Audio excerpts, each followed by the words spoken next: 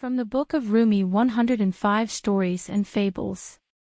Friendship with a bear. The mountains in the northern part of Persia were rampant with large brown bears who roamed the vast region and hardly ever had to defend themselves against any predators. There was, however, one extraordinary beast that the locals had never set eyes upon called a dragon, which could easily kill and devour the bears. A hunter from the central part of the country went to the mountains in the north in search of prey, but he knew nothing about the legendary dragon.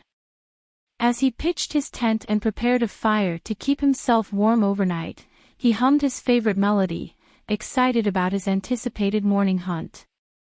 All of a sudden, he heard the excruciating cry of a beast and the piercing roar of some other creature that he had never heard before.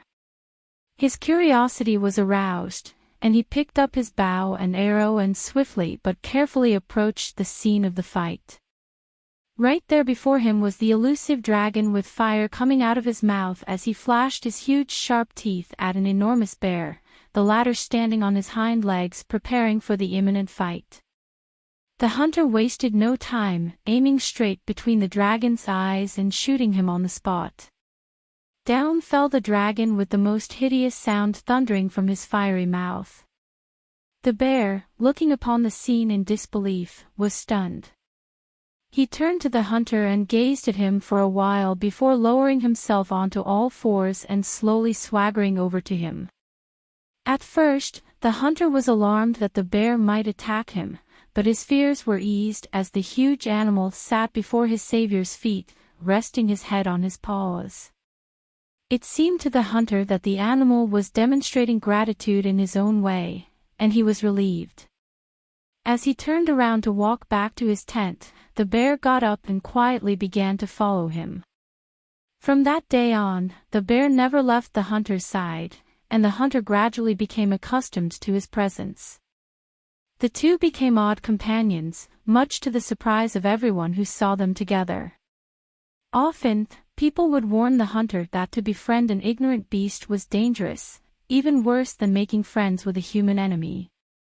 The hunter, though, never heeded their advice, believing that his advisors were all jealous of his friendship with the glorious bear. Soon, everyone stopped giving him advice, leaving the hunter to his own devices. One glorious morning, the huntsman decided to take advantage of the good weather and go hunting. The two companions traversed a variety of mountain paths in search of a worthy prey, but they were unlucky and still empty-handed after many hours of aimless pursuit.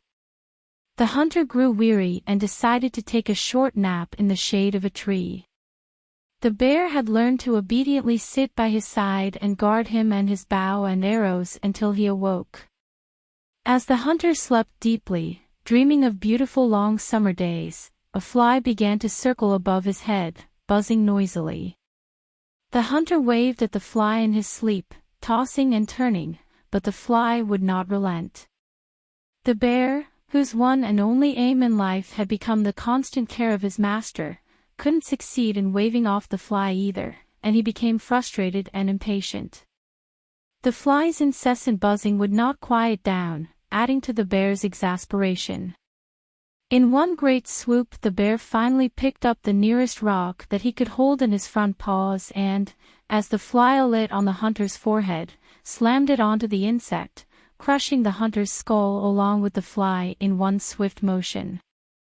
Such is the result of keeping company with the ignorant, albeit with the best of intentions.